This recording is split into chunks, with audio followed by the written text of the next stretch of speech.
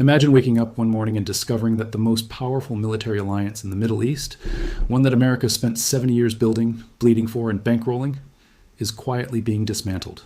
Not through war, not through a dramatic political collapse, but through something far more subtle, far more patient, and far more dangerous. A series of deals, agreements, and silent handshakes between Riyadh and Beijing that are slowly, methodically, rewriting the entire security map of the world's most strategically explosive region. This is not a conspiracy theory. This is not speculation cooked up in the back rooms of the internet. This is documented. This is verified. And this is happening right now as you watch this video. Let us go back to September 17th, 2025. In the gleaming capital city of Riyadh, behind closed doors and with remarkably little fanfare in the Western press, Saudi Arabia signed what analysts are now calling one of the most consequential security agreements in the modern history of the Middle East. The Strategic Mutual Defense Agreement, or SMDA, between Saudi Arabia and Pakistan. On the surface, it looks like a bilateral deal between two Muslim-majority nations, with a long history of cooperation going back more than 50 years. A partnership forged during the Cold War and cemented through decades of financial and military exchange. But underneath that surface, something far bigger is stirring, something that reaches all the way from the deserts of the Arabian Peninsula to the halls of the Pentagon, from the South China Sea to the war rooms of U.S. Central Command. And if you are not paying attention to it, you are missing the most important geopolitical story of this decade. Because here is what most people missed in the coverage of that agreement. Pakistan is not just Pakistan anymore, militarily speaking. Over the last decade, Beijing has systematically transformed Pakistan's armed forces into one of the most advanced and comprehensive showcases of Chinese military technology on the face of the earth. Chinese-built JF-17 and J-10 fighter jets, Chinese PL-15 air-to-air missiles, Chinese HQ-9 air defense systems, Chinese Winglong attack drones, Chinese naval vessels. The entire Pakistani military ecosystem has been quietly rebuilt around Chinese technology, Chinese training, and Chinese strategic doctrine. And then, in May 2025, something happened that shook every defense analyst, every arms dealer, and every defense minister on the planet. Pakistan's Chinese-equipped military went head-to-head with India's Western and Russian-equipped forces during a brief but devastating aerial conflict. And Pakistan's Chinese systems won, decisively, convincingly, in a way that obliterated every assumption the global arms market had held about Chinese military technology for the last 20 years. But think about what that means. Think about what that single combat event did to the calculus of every defense minister in the Gulf region who had been quietly skeptical of Chinese weapons. For years, the argument against buying Chinese military hardware came down to two things. First, it was unproven in real combat. Second, any country that moved too aggressively toward Beijing risked punishing sanctions from Washington. The May 2025 air battle eliminated the first concern entirely. In one brief, violent, decisive aerial engagement, Chinese technology proved itself against state-of-the-art European and Russian jets in conditions no laboratory test or training exercise could replicate. And now, with Saudi Arabia watching and calculating, the second concern is starting to feel much less frightening as well. So when Pakistan's 25,000 troops began deploying to Saudi soil as part of the SMDA, troops flying Chinese aircraft, operating Chinese air defense systems, trained on Chinese tactics and technology, they brought something with them that no arms show pavilion, no glossy brochure, and no diplomatic sales pitch could ever replicate. They brought proof. Real, battlefield-tested proof that Chinese military systems work at the highest levels of modern aerial warfare. Saudi decision-makers, watching those Pakistani personnel operate Chinese technology on their own territory every single day, getting first-hand briefings from fellow Muslim soldiers with actual combat experience against the best Western and Russian fighters money could buy, that changes everything. It does not just change procurement decisions. It changes the entire strategic psychology of how Gulf leaders think about American dependency versus Chinese partnership. Now let us talk about what the United States sees when it looks at all of this, because the picture from Washington's perspective is deeply, viscerally alarming. U.S. Central Command, known as CENTCOM, is the American military's command structure responsible for the entire Middle East, Central Asia, and parts of South Asia, a vast area of operations spanning 21 countries. It oversees counterterrorism campaigns, manages partner nation relationships, secures critical maritime choke points like the Strait of Hormuz, through which 20% of the world's oil passes every single day, and maintains the forward military posture that has underpinned American global power projection for the better part of a century. And it has operated for all those decades under one foundational load-bearing assumption, that Saudi Arabia is in America's corner, that the kingdom's security runs through Washington, that when Riyadh needs protection, it calls the Pentagon, and the Pentagon answers. That assumption is now cracking. Not breaking, cracking. But the fractures are real, they are widening, and the people inside CENTCOM know it. In congressional testimony before the Senate Armed Services Committee, CENTCOM Commander General Michael Kurilla described the United States as being in a direct race against China to maintain military integration with its Middle Eastern partners. A race. That is the word he used. Not a strategic competition, not a geopolitical challenge. A race, a word that implies urgency, that implies someone could lose, and that implies the outcome is not yet determined. General Kurilla acknowledged that China is making inroads, while stressing that American equipment remains preferred. But preferred is a very different word from irreplaceable, and the gap between those two words is precisely where Beijing is planting its flag. Here is something that tells you everything you need to know about how serious and how methodical China is about this long game in the Middle East. At the World Defense Show held in Riyadh in 2024, China did not send a few representatives to man a modest booth in the corner. China sent more than 30 defense firms, all organized under a unified, state-orchestrated China defense banner. They brought the J-10 fighter jet's Bai aerobatic display team, the first time that elite military aviation team had ever performed its precision maneuvers outside of Chinese territory. And in what defense analysts across the world called a deliberate, choreographed, unmistakable statement of reach and capability, China publicly refueled those J-10 fighters midair using its Y-20 heavy military tanker aircraft, also for the first time ever performed on foreign soil. That is not a sales pitch. That is a demonstration of military reach, of expeditionary capability, of the ability to project and sustain air power far from Chinese shores. China was showing Saudi Arabia and every single defense official from across the Gulf region watching in those stands that it had arrived as a serious, capable, enduring military partner. And the Saudis were paying very close attention. Because the numbers tell a story that cannot be spun, cannot be explained away, and cannot be ignored. China's arms transfers to Saudi Arabia increased by nearly 400% between 2016 and 2020, compared to the 5-year period before that. Saudi Arabia signed roughly $4 billion in new arms deals with Chinese firms in 2022 alone, including major agreements for joint drone design and domestic manufacturing. China has reportedly provided technical assistance to Saudi Arabia for the production of ballistic missiles on Saudi soil, a program that has been running quietly since 2019. Saudi Arabia has purchased Chinese Wing-Lung attack drones, Chinese combat drones, and has explored the acquisition of China's HQ-22 air defense system and advanced Wing-Lung 10B drones. And in April 2025, Riyadh signed a nuclear safety and security memorandum with China, advancing civilian nuclear cooperation in a way that would allow Saudi Arabia to diversify its energy production and free up millions of barrels of oil annually, oil that would flow directly and reliably to China's insatiably energy-hungry economy. Every one of these transactions deepens a relationship that 5 years ago was purely commercial and is now unmistakably strategic. Now let us zoom out for a moment and understand, with clear eyes and without jingoism, why Saudi Arabia is doing this. Because it is not doing it out of ideological alignment with Beijing. The Kingdom of Saudi Arabia is not becoming communist. It is not abandoning its Islamic identity or its cultural ties to the West. What it is doing is something deeply rational, deeply calculated, and deeply rooted in Riyadh's hard-nosed reading of the last 20 years of American foreign policy decision-making. And that reading, if you are being honest, is not flattering to Washington. Saudi leaders watched America's catastrophic withdrawal from Afghanistan in August 2021, which handed an entire country back to the Taliban overnight and left every American partner across the developing world wondering in silence, are we next? They watched as successive American administrations, Obama, then Trump, then Biden, all talked about reducing America's footprint in the Middle East, pivoting to Asia, winding down the forever wars, bringing the troops home. Noble sentiments in American domestic politics. Terrifying signals to the Gulf monarchies whose survival has depended on American military presence for generations.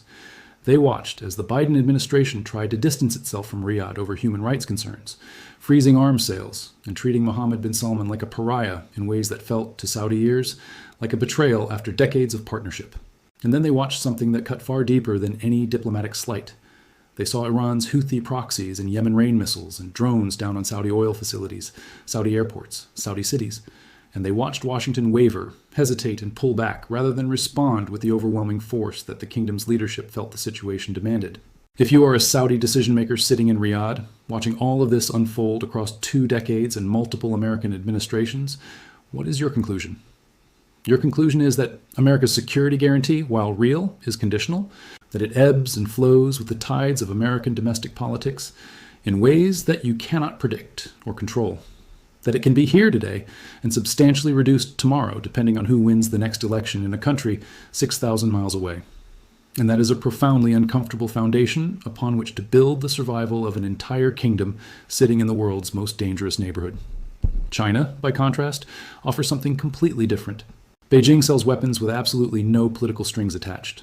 No lectures about human rights, judicial reform, or press freedom. No congressional committees debating whether the sale should go through based on the human rights record of the recipient government. No risk of sanctions or diplomatic cooling-off periods triggered by whatever political controversy happens to be consuming Washington that particular week. Just a contract negotiated between governments, a delivery on schedule, and a long-term relationship built on the mutual understanding that both sides need each other and neither side will weaponize that relationship for ideological purposes. Beijing is also willing to do something Washington has historically been very reluctant to do: share technology. Help Saudi Arabia manufacture weapons domestically. Partner with Saudi industry in ways that build local capability rather than maintaining permanent Saudi dependency on foreign suppliers. China says yes to the things that matter most to Saudi Vision 2030, technology transfer, local manufacturing, industrial partnership, while America has too often said no, or maybe, or let us talk about conditions first. There is another dimension to this story that most Western coverage has completely unforgivably missed, and it is the nuclear dimension. Pakistan's defense minister, in statements made in the aftermath of the SMDA signing, confirmed publicly that the agreement extended to Pakistan's strategic assets. Strategic assets is the diplomatic language for nuclear weapons. It is not ambiguous language to anyone who studies these matters. And when a senior Saudi official was asked directly whether the new pact would place Saudi Arabia under Pakistan's nuclear umbrella, the answer that came back was that the agreement would encompass all military means. Every military means. Nuclear means. Let that sit with you for a moment and consider what it actually implies. Saudi Arabia, a country whose leadership has stated explicitly and publicly on multiple occasions that it will pursue nuclear weapons the moment Iran obtains them, is now operating under an arrangement that at minimum implies and at maximum explicitly extends access to Pakistan's nuclear deterrent as a strategic guarantee. And Pakistan's nuclear program has, since its very foundation in the 1970s, been deeply and inextricably intertwined with Chinese technology, Chinese investment, Chinese scientific expertise, and Chinese strategic support. Pakistan operates Chinese-designed Hualong-1 nuclear reactors at Karachi. It has built its entire civilian and military nuclear infrastructure with Beijing's assistance.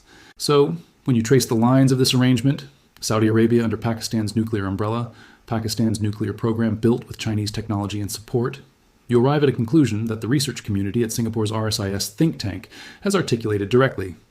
This is a new strategic architecture in the Middle East, one brokered by Islamabad, but built and armed by Beijing and bankrolled by Riyadh. A trilateral nexus held together not by a formal treaty, but by overlapping interests, shared technology, and the quiet, patient logic of great power competition. This is not just a bilateral arms deal. This is the embryonic architecture of a new deterrence framework in the most energy-critical region on Earth, one that does not run through Washington, one that does not require American approval, one that positions Beijing as the silent, strategic godfather of a security umbrella stretching from South Asia to the Persian Gulf. And when you understand it in those terms, the Saudi-Pakistan SMDA is not just a defense agreement between two neighboring Muslim nations. It is a structural, foundational challenge to the entire post-World War II American security order in the Middle East. The analysts at the Middle East Institute, one of Washington's most respected policy research organizations, have described the SMDA as representing a profound reordering of alignments in the Gulf and South Asia, reflecting and reinforcing the broader erosion of U.S. preeminence in the Eurasian security architecture. The researchers at RSIS in Singapore have gone further, describing what is emerging as the dawn of a new security architecture, the end of the era of American monopoly, and the beginning of a transactional, multipolar security environment that no single power will dominate in the way America once did. And here is where the story gets even more layered and even more difficult for Washington to navigate cleanly. Because at the exact same time that Saudi Arabia is deepening its defense relationship with China through the Pakistan vector, signing nuclear cooperation agreements with Beijing, and hosting 25,000 Chinese-equipped Pakistani troops on its soil, it is also negotiating with the United States for a formal defense pact, a Senate-ratified treaty that would legally bind Washington to defend Riyadh against attack. And in November 2025, Mohammed bin Salman traveled to Washington, and the United States announced the impending sale of 48 F-35 fighter jets to the kingdom, the most advanced, most capable, most sensitive stealth fighter aircraft in the entire American military arsenal. So how do you make sense of all of this? The answer is that you should stop trying to make it fit into the binary, Cold War logic of allies and adversaries, of you are either with us or against us. Because Saudi Arabia is operating with an entirely different, far more sophisticated strategic logic. It is the logic of optionality, the logic of maximum leverage achieved through minimum commitment to any single patron. Riyadh is not choosing Beijing over Washington. It is refusing to choose at all, and that refusal is, in itself, a seismic and historic shift in the global balance of power, because the entire structure of American influence in the Gulf has been built for 70 years on the premise that Saudi Arabia ultimately had no viable alternative to the American security umbrella. That premise is dissolving in real time. For decades, the American model in the Gulf ran on exclusivity. You get our protection, our weapons, our technology, our forward military presence, our intelligence sharing, but in return, you stay in our orbit. You do not buy Russian S-400 air defense systems. You do not sign defense agreements with Chinese-aligned states. You do not allow Beijing's weapon systems to operate on bases where American troops are also stationed. You do not let Chinese firms build your telecommunications infrastructure and data centers. That exclusivity model was never formalized, never written into any treaty, but it was the operating assumption that made CENTCOM's regional architecture function. And that operating assumption is now collapsing under the weight of Saudi Arabia's increasingly confident, increasingly independent, increasingly multipolar strategic behavior. The U.S. CENTCOM posture statement submitted to Congress in June 2025 is candid about the dimensions of this challenge in ways that official documents rarely are. It notes that the Chinese Communist Party exploits instability in the region, pointing specifically to Beijing's cynical failure to use its considerable leverage over Iran to stop Houthi attacks in the Red Sea that were disrupting global trade and directly targeting Saudi ports and infrastructure. And that criticism is entirely legitimate. China benefits from the oil flowing out of the Gulf while letting America bear the cost and risk of keeping the waterways open. Beijing wants the economic fruits of Gulf stability without any of the military or political costs required to produce it. That free rider dynamic has worked for China for decades, but as China's global ambitions expand and its confidence in its own military technology grows, the question of whether Beijing will remain content to free ride on American security, or whether it will seek a more direct, more controlling role in the region that feeds its economy, is one of the defining strategic questions of the next 20 years. Let us talk about what happens to CENTCOM's operational reality if this trajectory continues. U.S. Central Command currently maintains major bases across the Gulf: Prince Sultan Air Base in Saudi Arabia, Al Udeid Air Base in Qatar, Al Dhafra Air Base in the UAE, bases in Bahrain and Kuwait.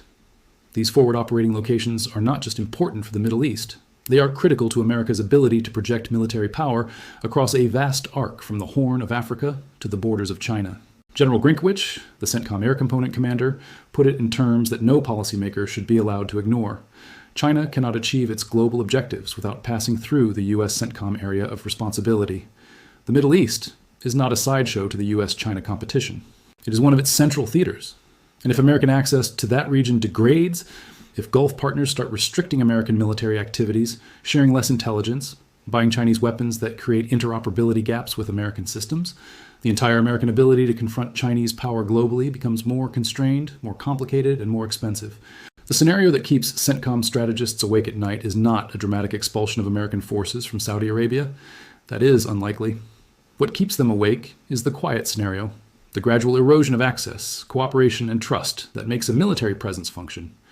It is the scenario where Saudi Arabia continues to host American forces, but simultaneously operates Chinese air defense systems on the same soil, where Saudi intelligence services grow closer to their Pakistani counterparts, who are deeply embedded with Chinese military intelligence, where Saudi procurement officers increasingly choose Chinese systems that are not interoperable with American platforms, creating gaps in integrated air and missile defense coverage that could prove catastrophic in a crisis, where the relationship that once ran on deep institutional bilateral trust becomes a transactional, arm's-length arrangement managed by lawyers and contracts rather than by soldiers and shared sacrifice. The Washington Institute for Near East Policy has published a clear-eyed prescription for what the Trump administration must do to prevent this worst-case scenario from materializing. Remove Chinese personnel from joint U.S.-Saudi technology projects, including the KAUST Research Hub. Secure firm Saudi commitments to limit purchases of advanced Chinese weaponry. Insist that Chinese weapons not be placed on Saudi bases where American forces are present.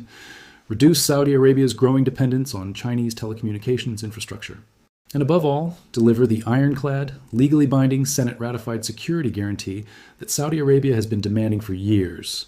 The kind of guarantee that makes the kingdom's strategic calculus lean decisively toward Washington, rather than toward the multipolar hedging strategy it is currently pursuing. Because here, ultimately, is the brutal truth at the heart of this entire story. Saudi Arabia does not actually want to choose China over America.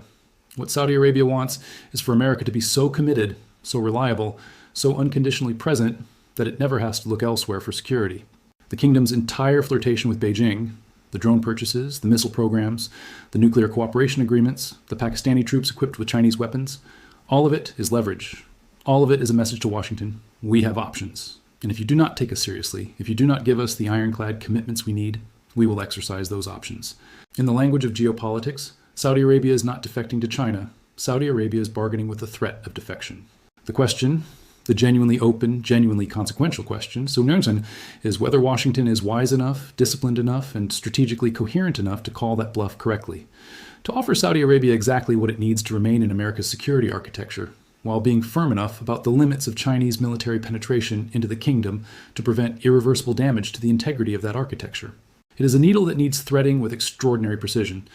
And in a Washington consumed by domestic political warfare, institutional dysfunction, and the chronic difficulty of thinking strategically beyond the next election cycle, threading that needle is going to require a level of sustained, disciplined statesmanship that has been in very short supply. The world that is emerging from all of this is not one where America has been defeated in the Middle East. It is one where America must share the Middle East in ways it has never had to before. Where Saudi Arabia buys F-35s from Washington and operates Chinese air defense systems from Beijing simultaneously and dares anyone to tell it that it cannot. Where a new security architecture is forming, multipolar, transactional, deeply uncertain, and where the rules that governed global power for the last 70 years are being rewritten in the deserts of the Arabian Peninsula, one quiet agreement at a time. Whether that new world is more stable or less, safer or more dangerous, more or less likely to produce the catastrophic regional war that every rational actor claims to want to avoid, these are the questions that historians of the future will answer. But one thing is no longer genuinely open to question. The age of American exclusivity in the Middle East is over. The era in which CENTCOM could operate as the unchallenged, unchallengeable guarantor of Gulf security, where American military presence was the only game in town, where Gulf partners had no credible alternatives and therefore no real bargaining power. That era is ending, not with a bang, but with the quiet, disciplined, patient advance of Chinese influence into every sector of Saudi strategic life. And in its place, something new and untested and deeply consequential is being born. Something shaped by the ambitions of a rising China, the strategic brilliance of a Saudi kingdom that has always survived by making itself indispensable to everyone and fully owned by no one, and the urgent, unresolved question of whether a distracted and divided America still has the strategic will to compete for the region that, more than any other, will determine the shape of the 21st century. This is not the end of CENTCOM, but it may very well be the end of CENTCOM as we have known it. And what comes next will not just shape the Middle East, it will shape the world. There is one dimension of this story that does not get nearly enough attention in the mainstream Western media, and it concerns the technology war being fought quietly beneath the surface of all these defense agreements and arms sales. Saudi Arabia is not just buying Chinese weapons. It is buying into a Chinese technological ecosystem that, once embedded deeply enough, becomes extraordinarily difficult to reverse. Chinese companies, Shanghai Lumington and China Mobile International, have already begun construction of massive data centers in Riyadh and Jeddah. These are not small installations. These are the digital infrastructure backbone upon which Saudi Arabia's artificial intelligence ambitions, its smart city projects, its economic diversification goals under Vision 2030, and eventually its military command and control systems will run. And a 2024 investigation by the New York Times found dozens of students from Chinese military-linked universities enrolled at KAUST, the King Abdullah University of Science and Technology, which is the epicenter of Saudi Arabia's most advanced research into artificial intelligence and quantum computing. Think about what that means strategically. When you have Chinese technology embedded in a country's data infrastructure, Chinese students embedded in its most sensitive research institutions, Chinese weapon systems operating on its military bases, and Chinese-trained Pakistani soldiers advising its military leadership, the concept of a purely bilateral American defense relationship starts to look not just strained, but increasingly fictional. The Trump administration has flagged the KAUST situation explicitly, with the U.S. Defense Intelligence Agency noting in November 2025 that while Saudi Arabia is unlikely to intentionally share F-35 technical data with China, the possibility of intelligence leakage through the deeply intertwined Saudi-Chinese technological relationship cannot be dismissed. Former Deputy EUCOM Commander General Charles Wald has noted publicly that China could potentially leverage its deep technological presence in Saudi Arabia to gain insights into fifth-generation American fighter technology, even without any deliberate Saudi intent to share it. This is the insidious nature of the challenge that CENTCOM and the broader American national security establishment is facing in the Gulf. It is not a conventional military threat. China is not going to sail a carrier strike group into the Persian Gulf and challenge the Fifth Fleet to a fight. What China is doing is far more sophisticated, far more patient, and far more difficult to counter, because it operates in the gray zone between commerce and security, between civilian technology and military application, between bilateral diplomacy and systemic strategic competition. Every data center is a potential intelligence node. Every jointly manufactured drone contains Chinese software and Chinese supply chain dependencies. Every nuclear cooperation agreement builds relationships between Saudi and Chinese scientists that deepen over decades. And every one of these threads, individually innocent-looking, collectively forms a web of dependency that gradually shifts the center of Saudi strategic gravity from west to east. The Saudi-Chinese economic relationship provides the ultimate context for understanding why Riyadh feels increasingly comfortable deepening these ties despite American pressure to pull back. China is one of Saudi Arabia's largest oil customers. As China's domestic economy continues to grow and its energy demands continue to expand, the Saudi-Chinese oil relationship becomes ever more central to both countries' economic interests. China imports more than half of its crude oil from the Middle East, and Saudi Arabia remains its single most important supplier. That creates a mutual dependency that is not just commercial, it is strategic. Saudi Arabia needs Chinese demand to sustain oil revenues that fund the entire Saudi state. China needs Saudi supply to fuel an economy of 1.4 billion people. When two countries need each other that fundamentally and that viscerally, no amount of American diplomatic pressure is going to sever that relationship. The most realistic American strategic goal is not to break the Saudi-Chinese economic bond, but to prevent that economic bond from translating into strategic alignment that undermines American security interests. And then there is the Iran factor, which complicates every calculation in ways that American policy sometimes struggles to account for. Saudi Arabia's primary security concern, the existential threat that organizes every other defense decision Riyadh makes, is Iran. The Islamic Republic, with its network of proxy militias across Iraq, Syria, Lebanon, Yemen, and Gaza, represents an ever-present threat to Saudi sovereignty, to Saudi oil infrastructure, and ultimately to the survival of the House of Saud. Saudi leaders believe, on the basis of decades of experience, that China has significant leverage over Iran. Beijing is Tehran's most important economic partner, its most consistent diplomatic protector, and one of the few countries on earth that Iran's leadership genuinely cannot afford to alienate. Saudi leaders hoped, after the Chinese brokered restoration of Saudi-Iranian diplomatic relations in March 2023, a moment many analysts described as a diplomatic coup for Beijing, that China might use that leverage to restrain Iranian aggression and Houthi attacks in the Red Sea. That hope has largely gone unfulfilled. China has shown no appetite to pressure Tehran or the Houthis in ways that might cost it strategically in its relationship with Iran. But the hope itself is revealing.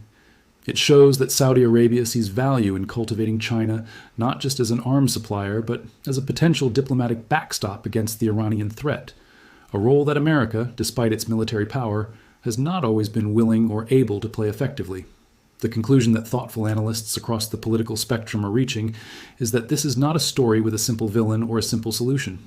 America is not being betrayed by Saudi Arabia. Saudi Arabia is not naive enough to think China can replace America as its security guarantor. And Saudi leaders know perfectly well that Beijing has neither the military infrastructure in the region nor the political will to defend the kingdom against a serious Iranian attack. China is not going to park carrier groups in the Persian Gulf. China is not going to fly combat air patrols over Riyadh.